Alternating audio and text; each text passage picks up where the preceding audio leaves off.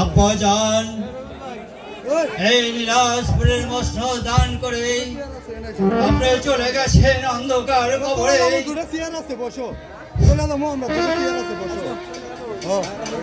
আপনি আমাকে দোয়া করবেন আমি যেন পারি এই নীলাজপুরের মসনদ দান রক্ষা করতে। সুজলা সুফলা শস্য শ্যামলা সুন্দর আমার নীলাজপুরের রাজ্য।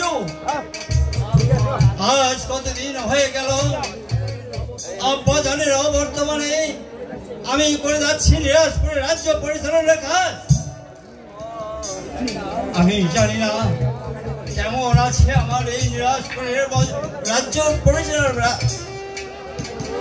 কিন্তু তাই তো আমি এই মুহূর্তে ওজির সাহেবকে ডেকে জিজ্ঞাসা করে নেব কেমন আছে আমার নীলাজপুরের প্রজা সাধারণ। এই কে আছিস? ওজির সাহেবকে পাঠিয়ে দে আমার রাজপ্রাসাদে। হ্যাঁ, আমাকে কি জন্য স্মরণ করেছেন মহারাজ? ওজির সাহেব কেমন আছে আমার নীলাজপুরের প্রজা সাধারণ? হ্যাঁ, যাবো না। নীলাজপুরের প্রজারা এখন বেশ শান্তিতে রয়েছে। ওজির সাহেব হ্যাঁ বলুন, যাবো না। রাজ্য পরিচালনার কাজ করতে করতে আমি বড় ক্লান্ত। তাই তো আমি মনে মনে বলছি আগামীকাল আমি যাব হরিণ শিকার করতে। এতে আপনার অভিমত কি? বড় আনন্দের সংবাদ, যাবো না। কিন্তু আমি যে যেতে পারবো না। আপনি বলুন সেনাপতি সাহেবকে সঙ্গে নিয়ে। হ্যাঁ হ্যাঁ, ঠিক আছে। আমি যাবো নাকি রাগেব ডাকছি।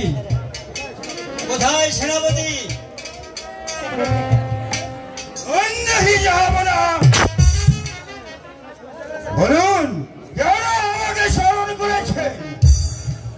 সেনাপতি সাহেব বলুন, যাবো না। রাজ্য পরিচালনা করতে করতে আমি বড় ক্লান্ত হয়েছি। তাই তো আমি মনে স্থির করেছি আগামীকাল যাব আমি হরিণ শিকার করতে। আপনি যাবেন আমার সঙ্গে? না, যাবো না। আপনি বলুন ওই উজির সাহেবকে নিয়ে সেনাপতি। যাবো না। আপনি সেনাপতি সাহেবকে নিয়ে যান। সেনাপতি বলছে আপনার কথা। সেনাপতি ওজির সাহেব বলছে আপনার কথা, আপনি যাবেন আমার সঙ্গে। যাই, যাবো না। আমি যাবো না। আপনি উজির সাহেবকে নিয়ে যান। সেনাপতি না না না, যাবো না। আমি যেতে পারবো না। আমি আগামীকাল তোমাকে সাথে নিয়ে আমি হরিণ শিকারে যাব। ঠিক আছে, যাবো না। উজির সাহেব যাবেন এত করে আমাকে বলছে, তাহলে আমি আপনার সঙ্গে কালই যাব। বেশ, আগামীকাল তাহলে হরিণ শিকারে যাত্রা করব।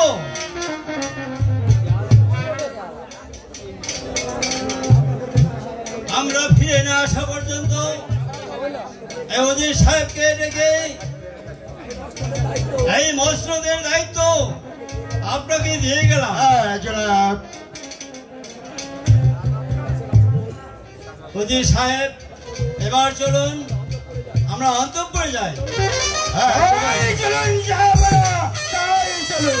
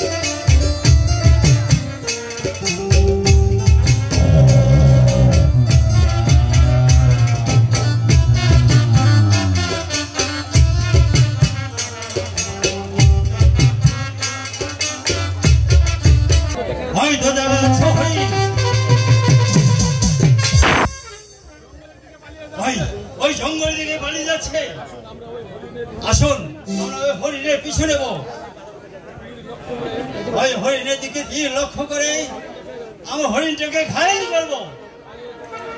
পালিয়ে যেতে না পারি। চলে এসো সেনাপতি। ওই সামনে গভীর জঙ্গল দেখা যাচ্ছে। আপনি ওই গভীর জঙ্গলে আক্রমণ করুন। আমি পিছন থেকে ওই জঙ্গলের দিকে আক্রমণ করব। তাই করো সেনাপতি, তাই করো। লক্ষ্য রাখবে ওই হরিণটা যেন পালিয়ে যেতে না পারে। ঠিক আছে জাহাপনা, চেষ্টা করব। এই তো ওই সম্মুখে দেখা যাচ্ছে হরিণ। আমি তার দিকে নিক্ষেপ করব, শিকার করে নেব। পালিয়ে যাবে কোথায়? এই একা বড় বাসা, এই তীরের নিশানা ভুল হতে পারে না। হয়তো হরিণ দেখা যাচ্ছে। আমি ওই হরিণটাকে সেই নিক্ষেপ করবো।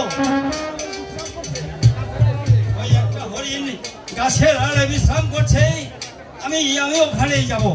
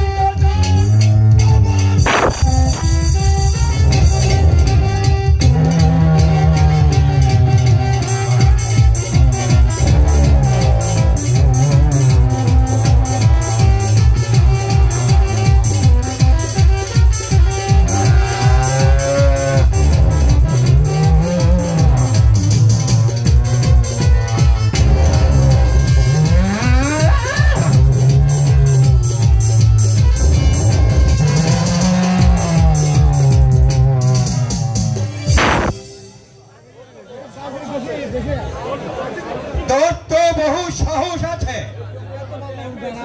এই জঙ্গলের মাঝে তুই একা এসেছিস। তুই জানিস না এই জঙ্গল কত ভয়ঙ্কর? হ্যাঁ মা বলরাজ, আমি একা আসিনি, সঙ্গে এসেছে আমার সিপাহ ছাড়া। আমাকে বনের ভিতর ঢুকিয়ে দিয়ে সে পালিয়ে চলে গেছে। কিন্তু তুমি বাঘের কবল থেকে আমার আজ রক্ষা করে যে উপকার আমাকে করলে, তুমি যে উদারতার পরিচয় দিয়েছ, তাই তো আমি তোমাকে কি দিয়ে পুরস্কার করব? আমি যে তোমার কাছে চিরঋণী। তুই কোন আছিস রাজা? আমি নীলাজপুরের রাজা। আমি নীলাজপুরের বনরাজা। আমি নীলাজপুরের বাদশা একাব্বর। তুই আমার রাজা আছিস, আমি তোহার বনরাজ আছি। তুই আমার একটা নাম নে রাজা।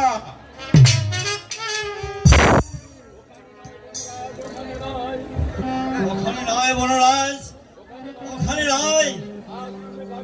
আজ তুমি বাঘের কবল থেকে যে রক্ষা করেছো আমাকে, যে উদারতার পরিচয় তুমি আমাকে দিয়েছো, তোমার স্থান ওখানে নয়। তোমার স্থান হচ্ছে আমার এই পক্ষে। এসো বনরাজ।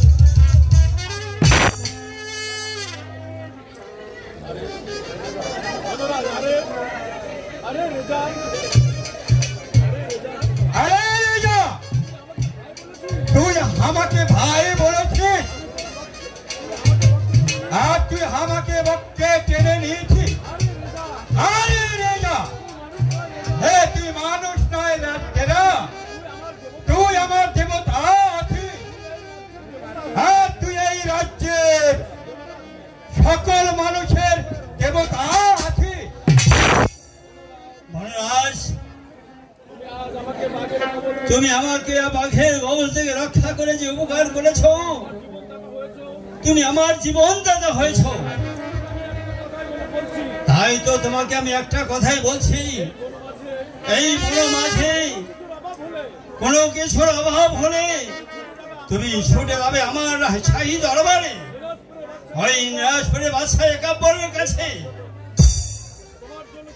তোমার জন্য চির উন্মুক্ত রইল আমার প্রাসাদ, আর তুমি যা চাইবে আমি তোমাকে তাই দিয়ে দেবো।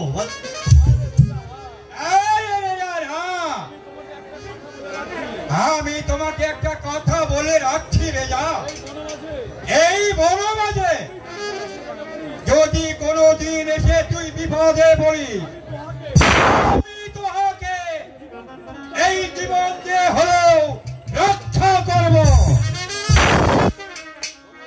বনরাজ, আজ তুমি আমাকে মৃত্যুর হাত থেকে বাঁচিয়েছ, যে উদারতার পরিচয় আমাকে দিয়েছ, তাই তো আমি তোমাকে কি দিয়ে যে পুরস্কৃত করব।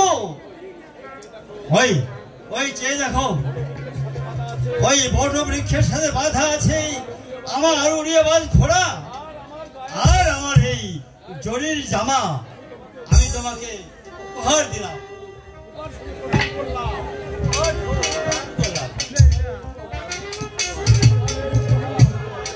আমার এই উপহার তুমি সাদরে গ্রহণ করো বনরাজ। আরে রাজা, আমি জঙ্গলি আছি, আর এই জরির জামা আর উড়িয়াবাজ ঘোড়া দিয়ে আমি কি করবো? আমার হয়তো একদিন আসবে, এইটাই তোমার বিশেষ কাজে লাগবে। কেউ যদি কখনো তোমার এই বড় মাছের শেষ তোমাকে আক্রমণ করে, তুমি তখন তাকে প্রতিহত করবে। এই জড়ি জামা ঘোড়াটাকে তুমি রক্ষা করবে। মানুষের উপকার করার জন্যই তো আমি এই উপহার তোমাকে প্রদান করলাম, সাদরে গ্রহণ করো বনরাজ। বেশ বেশ রেজা, বেশ, তাহলে আমি গ্রহণ করছি আর এই উপহার।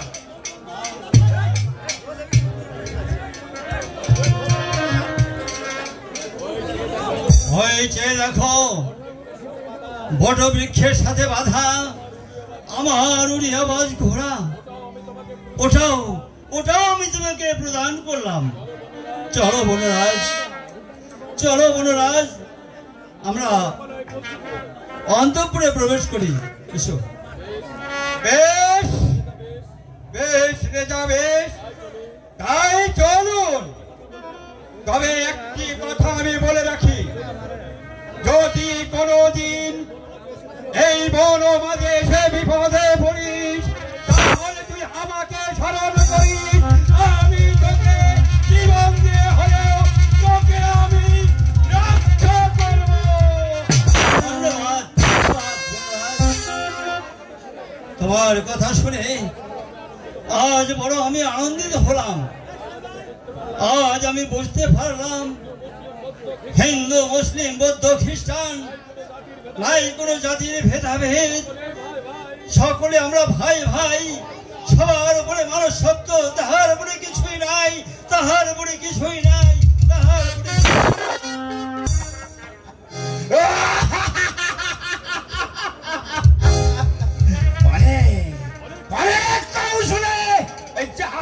আমি গভীর জঙ্গলে রেখে এসেছি।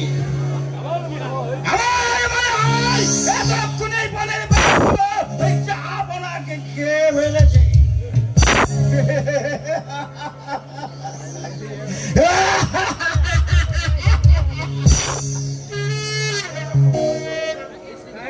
এই এই সিংহাসন আমাকে আমাকে রোজ রোজ ডাকছে।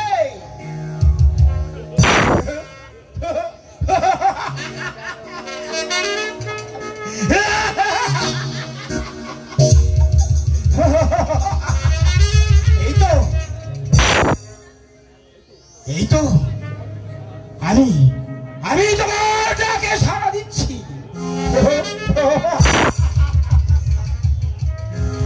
আজ থেকে নিয়াজপুরের বাদশা আমি।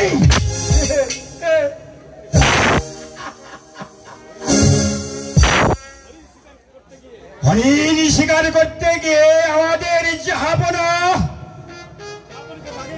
ওই জাহাপনাকে বাগে খেয়েছে।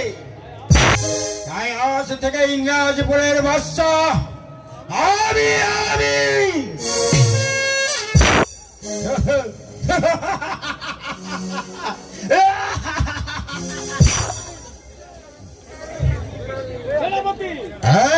সেনাপতি সাহেব, সিংহাসনে কেন? জাহাপনা কোথায়? জাহাপনা ওজির সাহেব আমার বাদশাকে ওই গভীর জঙ্গলে বাঘে এতক্ষণে খেয়ে ফেলেছে। এই অসম্ভব, আমি বিশ্বাস করতে পারি না। উজির সাহেব বিশ্বাস অবিশ্বাস আমার কোনো আসে যায় না। এখনই থেকে এই সিংহাসন আমার। এই রাজপুরের বাদশা এই সিপাহশালা এই বেয়াদব খা আমার হুকুমে আপনি এবং এই বাদশা এই দরবারের সকল কর্মচারী আমার কথায় ওঠা বসা করতে হবে। অসম্ভব। এই নিরাজপুরের রাজ্যের প্রধানমন্ত্রী আমি। এই যদি বাচ্চাকে বাঘে খেয়ে থাকে তাহলে এই সিংহাসনে বসবা। প্রধান সিপাহশালাই বেয়াদব খা আর এই বেয়াদব খা বেঁচে থাকতে এই সিংহাসনে আমার কোনো ভিন্নই করতে পারে। বেশ, তাহলে দেখা যাক কার বাহুতে কত শক্তি। তবে এসো বিদ্রোহী, কার বাহুতে কত শক্তি। এসো এই কি আছে যেতে তরবারি নিয়ে আয়।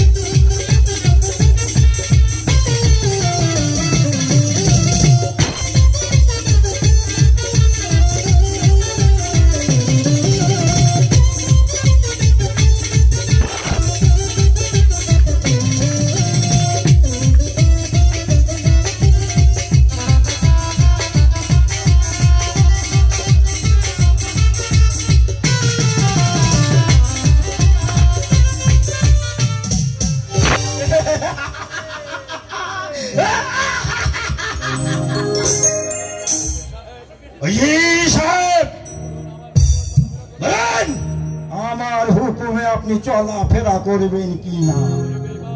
ওরে বেঈমান, আমি তোকে কুয়া পথের ধুলো থেকে কুড়িয়ে নিয়ে এসেছি আর এই সিংহাসন তুই দখল করেছিস। আজ তুই আমার সাথে বেঈমানি করলি। এই তোর বেঈমানের প্রতিশোধ আমি নেবই নেবই। প্রতিশোধ? যান সাহেব, আমার সম্মুখ থেকে আপনি এক্ষুনি চলে যান। আমি আপনার মুখও দেখতে চাই না। আপনি শীঘ্রই স্থানে ত্যাগ করুন। বেশ, হ্যাঁ আমি তাই চলে যাচ্ছি।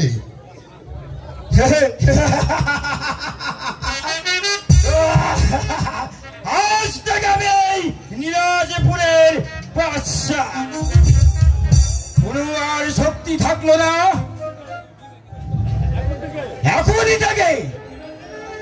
এই রাজপুর রাজ্য পরিচালনা করবে এই সিপাহ সালা ইয়াদব খান।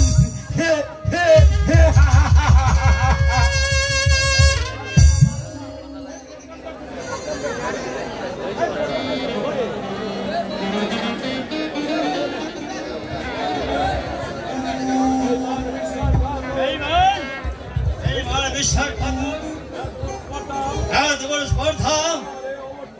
আমার অবর্তমানে এই নিরাজপুরে বস্ত্র দেই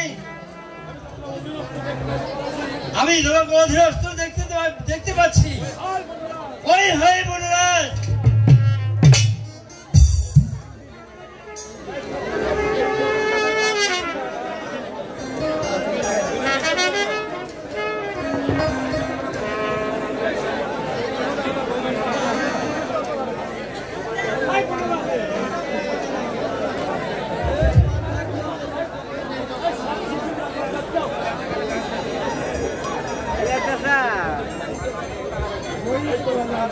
এই তো রাজা, আমি এসেছি। তুই আমাকে কি জন্য স্মরণ করেছি? দুনিয়ার বুক থেকে ওই চিরতরে সরিয়ে দাও। ওই সেনাপতিকে পাঠিয়ে দাও দুনিয়া থেকে। এই বেঈমান বিশ্বাসঘাতকে তবে হারে বেঈমান, আমার বোন মেশে তুই আমারে যাকে খুন করতে চেয়েছিলি, আর যাকে জঙ্গলে পাঠিয়ে বিপদে তুই ফেলেছি। এই মসজিদ দখল করেছিস।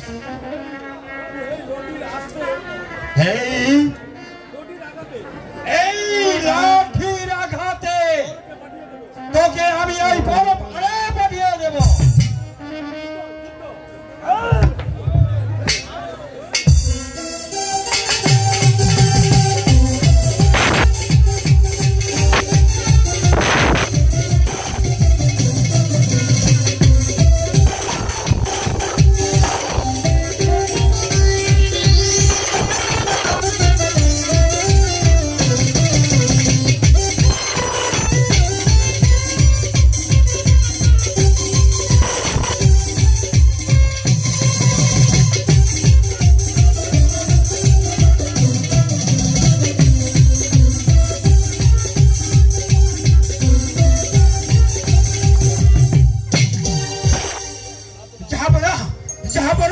আপনি আমাকে ক্ষমা করুন।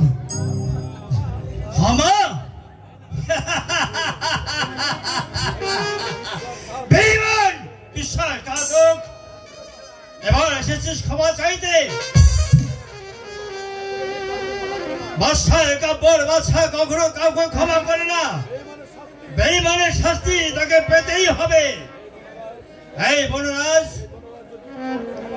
এই বনরাজ যদি তোকে ক্ষমা করে তাহলেই তুই ক্ষমা পাবি, নইলে আমার কাছ থেকে তুই ক্ষমা পাবি না।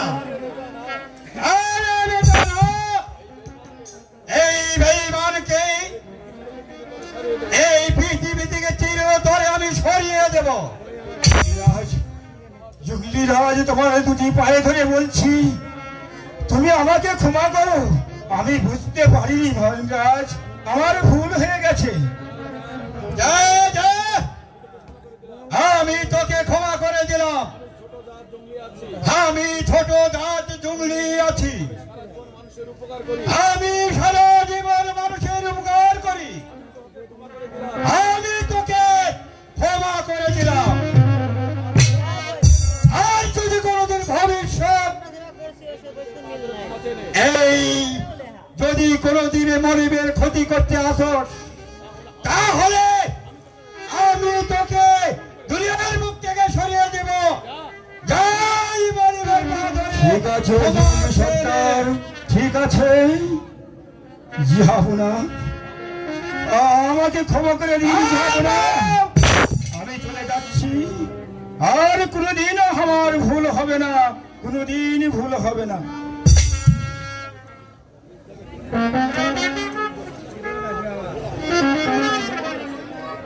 সেনাপতি সেনাপতি বলুন যাব না। বেশ, বনরাজ যখন তোমাকে ক্ষমা করে দিয়েছে তুমি চলে যাও। আমি তোমার মুখ দর্শন করতে চাই না, বেরিয়ে যাও আমার দরবার থেকে। আমি তাই যাচ্ছি যাব না, আমি তাই যাচ্ছি। আরে বাদশা, তুই তোহার সিংহাসনের অধিকার, তুই তোর সিংহাসন অধিকার করেছিস। এবার আমি আমার ওই বনে চলে যাই। তাই চলে যাও বনরাজ, তাই চলে যাও। বেশ বেশ রে যা, আমি তাই যাচ্ছি। বেঈমান বিশ্বাসঘাতক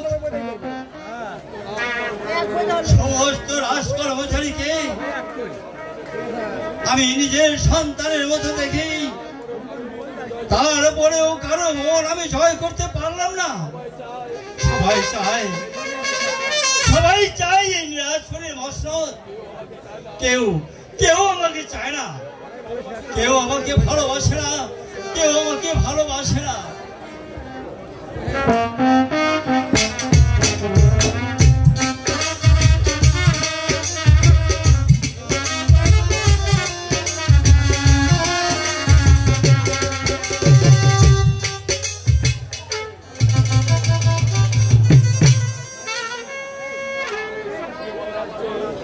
আমার এই শান্তিময় রাজ্যে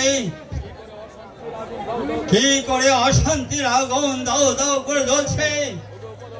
ওগো পরওয়ারদিগার, আমি যে আর কিছুই বুঝতে উঠে পারছি না। তাহলে প্রজারা আমার বিরুদ্ধে বিদ্রোহ ঘোষণা করলো কেন? এই কে আছিস? ওজির সাহেবকে শাহী দরবারে পাঠিয়ে দে।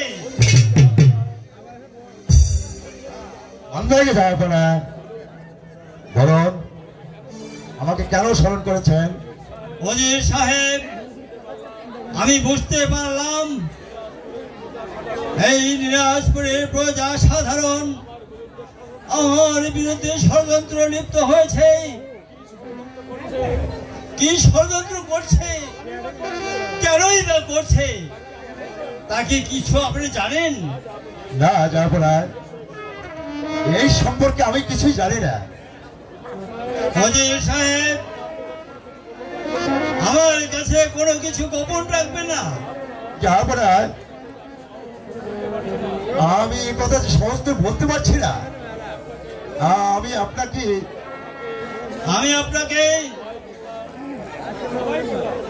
আপনাকে অভয় করলাম, আপনি নির্ভয়ে বলতে পারেন। কেন, কিসের জন্য প্রজারা আমার বিরুদ্ধে বিদ্রোহ ঘোষণা করেছে? হ্যাঁ, কি বলবেন যাবো না। আপনার যে কোনো ছেলে মেয়ে নেই সাহেব? নিঃসন্তান। আপনার মুখ দর্শন করলে লাখ লাখ প্রজাতির অন্ন জোটে না। না না না, ওজির সাহেব,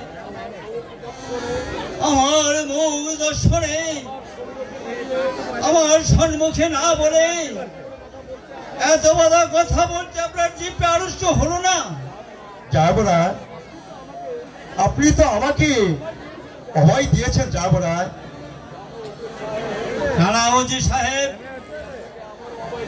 আমি আপনাকে আবার অভয় দিচ্ছি।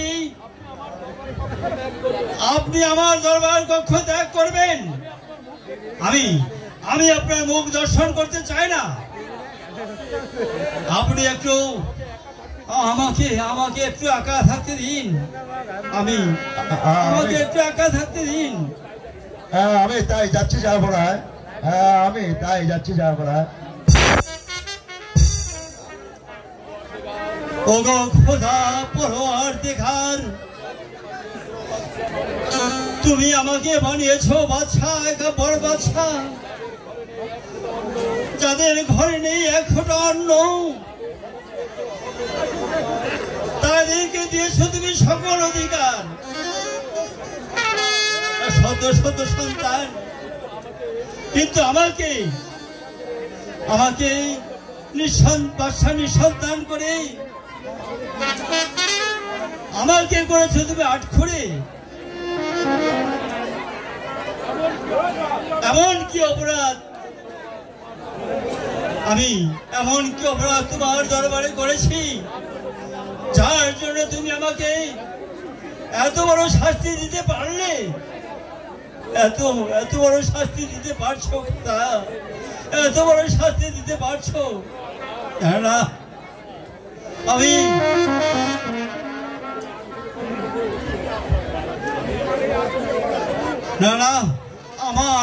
আমার এই আটখড়ে কলঙ্কে মুখ আমি আর প্রজাদের কাউকে দেখাতে চাই না। আমি চলে যাব আমার এই রাজ্য ছেড়ে। রাতের অন্ধকারে আমি পালিয়ে যাব এই রাজপুরের রাজ্য ছেড়ে। কেউ আমার জন্য হাহাকার করুক, আমি তা চাই না। আমার এই আটখড়ে বাচ্চার মুখ আর আমার এই মুখ দেখবার পর তাদের যাত্রাপথে অশুভ হয়, অনাহারে অদ্যাহারে দিন কাটাতে হয় প্রজাদের। তাই তো আমি আর নিরাজপুরের রাজ্য ছেড়ে আমি চলে যাব অনেক অনেক দূর, অনেক অনেক দূর, অনেক অনেক